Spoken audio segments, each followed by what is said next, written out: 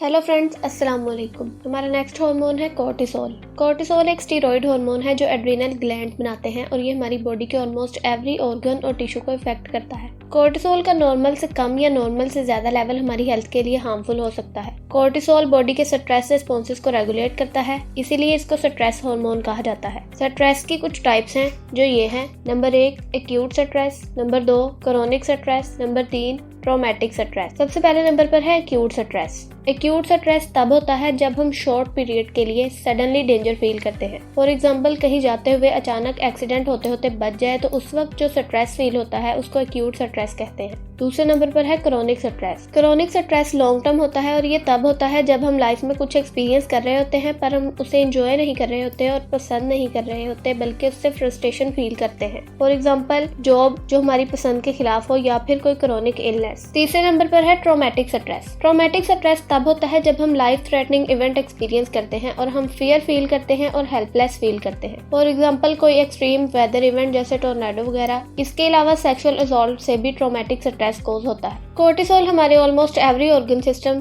यानी nervous system, immune system, cardiovascular system और reproductive system वगैरह को इफेक्ट करता है। कोर्टिसोल हमारी बॉडी में कई फंक्शंस परफॉर्म करता है, जैसे मेटाबॉलिज्म, इन्फ्लेमेशन, ब्लड प्रेशर और स्लीप वेक साइकिल वगैरह। सबसे पहले हम देखेंगे कोर्टिसोल मेटाबॉलिज्म कैसे कंट्रोल करता है। कोर्टिसोल बॉडी में फैट, प्रोटीन्स और कार्बोहाइड्रेट के यूज को कंट्रोल रखने में हेल्प करता है। दूसरे नंबर पर है inflammation. Too much cortisol immune system को वीक करता है और इन्फ्लेमेशन कॉज करता है। तीसरे नंबर पर है ब्लड प्रेशर। कोर्टिसोल हमारे ब्लड प्रेशर को कंट्रोल करता है। कोर्टिसोल का high level high blood pressure cause करता है और कोर्टिसोल का नॉर्मल से कम level low blood pressure cause करता है। चौथे नंबर पर है स्लीप वेक साइकिल। कोर्टिसोल हमारे स्लीप वेक साइकिल में भी इन्वॉल्व होता है। नॉर्मली जब हम सो जाते हैं तो कोर्टिसोल का लेवल लो होता है और जब हम उठते हैं तो इसका लेवल हाई होता है। इससे पता चलता है कि कोर्टिसोल हमारी वेकफुलनेस में सिग्निफिकेंट रोल प्ले करता है। कोर्टिसोल का बैलेंस्ड लेवल बॉडी के नॉर्मल फंक्शनिंग के लिए बहुत इंपॉर्टेंट है। कोर्टिसोल का नॉर्मल से हाई या नॉर्मल से लो लेवल हमारी ओवरऑल हेल्थ को नेगेटिवली इफेक्ट कर सकता है। अब हम ये देखेंगे कि बॉडी कोर्टिसोल को कैसे कंट्रोल करती है। हमारे हाइपोथैलेमस में पिट्यूटरी ग्लैंड कोर्टिसोल की प्रोडक्शन को कंट्रोल करता है। जब बॉडी में कोर्टिसोल का लेवल कम होता है तो हाइपोथैलेमस कोर्टिकोट्रोपिन रिलीज हार्मोन यानी CRH रिलीज करता है। CRH पिट्यूटरी ग्लैंड को ACTH प्रोड्यूस करने के लिए डायरेक्ट करता है और फिर ACTH एड्रिनल ग्लैंड को कोर्टिसोल प्रोड्यूस करने और रिलीज करने के लिए स्टिमुलेट करता है। यानी बॉडी में कोर्टिसोल का ऑप्टिमल लेवल तब होगा जब हाइपोथैलेमस, पिट्यूटरी ग्लैंड और एड्रिनल ग्लैंड प्रॉपर्ली फंक्शन कर रहे होंगे।